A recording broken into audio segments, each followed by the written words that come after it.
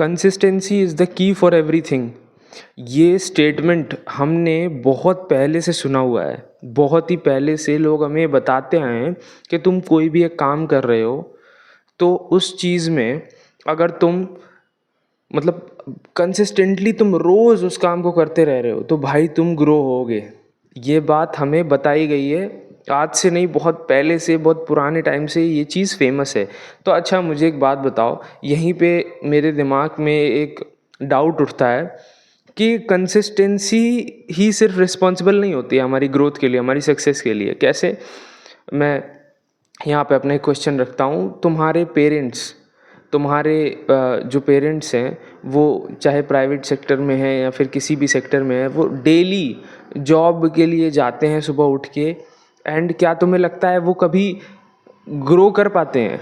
मैं कह रहा हूँ दाल रोटी की बात ही नहीं कर रहा, मैं दाल रोटी मतलब खाना चलने की बात नहीं कर रहा हूँ। तुम अपनी लिविंग मत एक्सप्लेन करो, तुम यहाँ पे बताओ क्या तुमने ग्रोथ की? क्या तुमने उस लेवल पे ग्रोथ की जिस लेवल पे होनी चाहिए थी? इस बात का तुम जवाब दो, सोचो खुद से। तो हम सबको पता है कि लोग सिर्फ एक काम को डेली करने से कोई कोई भी महान नहीं बनता है। अगर मैं तुम्हें देखो, इसमें हम साफ सा हम अगर समझें, मोटा मोटा तुम देखो, अंदाज़ा लगाओ, तुम्हारे पेरेंट्स हैं, मेरे पेरेंट्स हैं, जो कि डेली हर दिन वो शो अप करते हैं अपने काम के लिए, पर क्या वो उस चीज़ में इतना आगे बढ़े जितना उन्होंने कंसिस्टेंटली उस काम को किया है? कभी नहीं। उतना वो कभी बढ़ ही नहीं पाए जितना उनको बढ़ना चाहिए था। जो एक्सपेक्टेशन थी उतना वो कभी नहीं बढ़े, बट उनको वो एक्सपेक्टेशन का ही पता नहीं है, इसलिए कोई पता ही नहीं लगा पाता कि हाँ भाई कितना बढ़ना चाहिए था। अब मैं तुम्हें बताता हूँ कि कंसिस्टेंसी सिर्फ रिस्पॉन्सिबल होती है सक्सेस के लिए या नहीं। देखो, तुम रोज़ मेडिटेशन कर रहे हो, तुम अपने पूरे एक साल तुमने लिया कि हाँ ये जो 2026 है इसमें मैं पूरा मेडिटेशन करूँगा। अब तुमने कहीं से सुना था कि भाई तुम अगर स्टार्ट करना चाहते हो तो तुम मेडिटेशन स्टार्ट करो, और तुम कितने भी देर तक कर सकते हो। तुमने 2 मिनट से स्टार्ट करा, ठीक है, 2 मिनट भी स्टार्टिंग में बहुत होता है मेरे हिसाब से, और यही काफ़ी लोगों के हिसाब से 2 मिनट बहुत होता है स्टार्टिंग में। तो क्या होता है, अब एक बंदा है, उसने तो ये सुन लिया, ये फ्रेज सुन लिया उसने अब तो वो उसको करने चला गया कि भाई मैं 2 मिनट की मेडिटेशन मैं करूँगा साल भर। अब उसने वो 2 मिनट की मेडिटेशन साल भर करी है, साल भर उसने 2 मिनट की मेडिटेशन करी है। क्या उसको फ़ायदा होगा?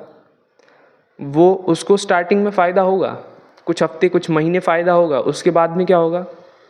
उसको कोई फ़ायदा नहीं होगा, वो स्टक हो जाएगा एक जगह पे। तो यहाँ पे ये क्या दिक्कत क्या हो रही है?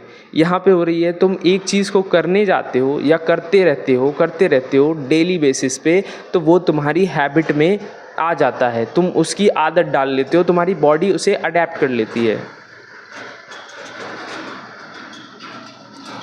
अब जब तुम्हारी बॉडी ने उस चीज़ को अडेप्ट कर लिया है तो अब क्या हो रहा है, उसका कोई अफेक्ट ही नहीं दिख रहा। तुम 2 किलो का डंबल तुम पूरे साल मारते रहो, तुम्हें कोई फ़र्क नहीं पड़ेगा। चलो 2 किलो नहीं, हम 10 किलो ले लेते हैं। तुम 10 किलो का डंबल पूरे साल मारते रहो, तुम्हें एक महीने 2 महीने मसल ग्रोथ दिखेगी। उसके बाद क्या होगा, वो तुम ऐसे मार दोगे तुम्हें थोड़ा भी फटीग भी फील नहीं होगा।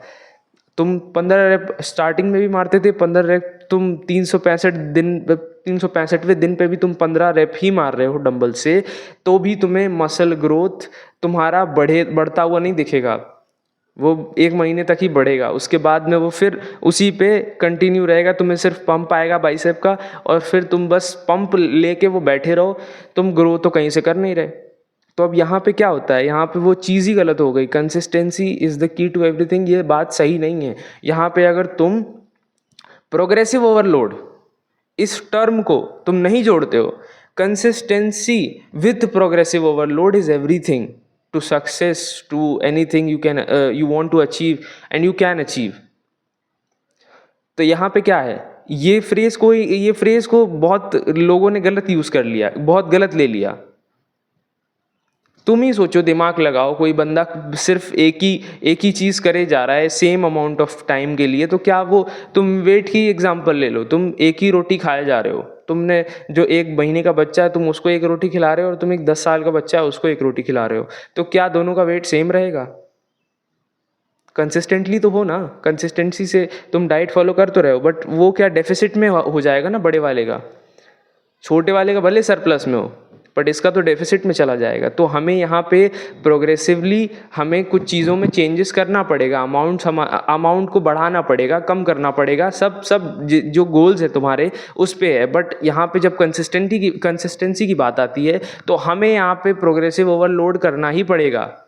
प्रोग्रेसिव ओवरलोड के साथ में ही कुछ होगा। तुम प्रोग्रेसिव ओवरलोड करे जा रहे हो पर कंसिस्टेंसी नहीं है, तो कैसे प्रोग्रेसिव ओवरलोड हो कैसे रहा है? और कंसिस्टेंसी तो है पर प्रोग्रेसिव ओवरलोड नहीं कर रहे हो, तो तुम सिर्फ टाइम वेस्ट कर रहे हो। जो तुम अपने अंदर फील कर रहे हो कि अरे यार मैं तो ये काम रोज़ करता हूँ, मैं इसमें अब मेरे जैसे चूतिया बन के रह जाओगे कि मैं अगर गिटार रोज़ बजा रहा हूँ तो मैं एक ही चीज़ बजाया जा रहा हूँ 2-3 महीने तक, तो उसका कोई फ़ायदा नहीं होगा, मैं उसी चीज़ पर स्टक रह जाऊँगा। तो ये चीज़ें ज़्यादातर लोगों को नहीं समझ आती हैं। बहुत छोटी चीज़ है ये, बहुत ज़्यादा छोटी, बट तुम जब ये नहीं समझ सकते हो, अब सोचो तुम्हारा क्या कितना दिमाग होगा कि तुम ये छोटी सी चीज़ नहीं समझ सकते हो। तुम्हें जानने के बाद में तो लगता है अरे यार बहुत छोटी चीज़ थी, बट छोटी छोटी चीज़ें ही करके हमारी प्रोग्रेस को स्लो डाउन करती हैं, और इन्हीं को समझना तुम्हारे लिए सबसे ज़्यादा ज़रूरी है। और इस वीडियो को अब मैं लंबा नहीं खींचूंगा, बस इतना समझो कि जो कंसिस्टेंटली तुम कोई भी काम करोगे उसमें सिर्फ तुम्हें प्रोग्रेसिव ओवरलोड ऐड करना है। और जैसे तुम्हारे जो पेरेंट्स हैं जो जॉब वगैरह पे जाते हैं, डेली शो अप करते हैं, बट क्यों उनकी उस लेवल पे ग्रोथ नहीं होती है? क्योंकि कंपनी वांट्स टू ग्रो, वो जिस हिसाब से ग्रो कर रही है उस हिसाब से ही एम्प्लॉयज़ ग्रो करेंगे। उसमें कभी ये फैक्टर आ ही नहीं सकता कि उसमें कंपनी कभी 50x ग्रो कर गई। ऐसी कोई कंपनी ज़्यादातर होती नहीं है, बट जो होती हैं उसमें एम्प्लॉयज़ उतना ग्रो करते हैं। और कॉरपोरेट तो है ही इसी के लिए, या फिर तुम्हारे पापा की गवर्नमेंट जॉब भी है तो उसमें भी वो सब, तुम आज अमीर क्यों नहीं बन पाते हो? क्योंकि उसमें इतनी ग्रोथ ही नहीं है। कंसिस्टेंटली तो तुम वो काम कर रहे हो, बट तुम उतना ही काम करे जा रहे हो। तुम्हारे मम्मी पापा का काम बढ़ता है? नहीं बढ़ता है, सेम काम रहता है। तो तुम कैसे एक्सपेक्ट कर सकते हो सेम सैलरी की? अगर तुम वहाँ पे जाके तुम्हारे लिए वो बढ़ जाए, तुम्हारी रिस्पॉन्सिबिलिटीज़ बढ़ जाएँ, तब तुम्हारी सैलरी बढ़ती है। एक क्लर्क का काम और एक जो वहाँ पे ऊपर बैठा मैनेजर है, दोनों के ऊपर सेम रिस्पॉन्सिबिलिटी रहती है? नहीं, उसको क्लर्क को सिर्फ अपना काम देखना है, मैनेजर को सारे क्लर्क्स का काम देखना है कि सब कोई काम बढ़िया से हो रहा है कि नहीं। तो यहाँ पे रिस्पॉन्सिबिलिटी बढ़ी उसकी, तो वहाँ सैलरी बढ़ी।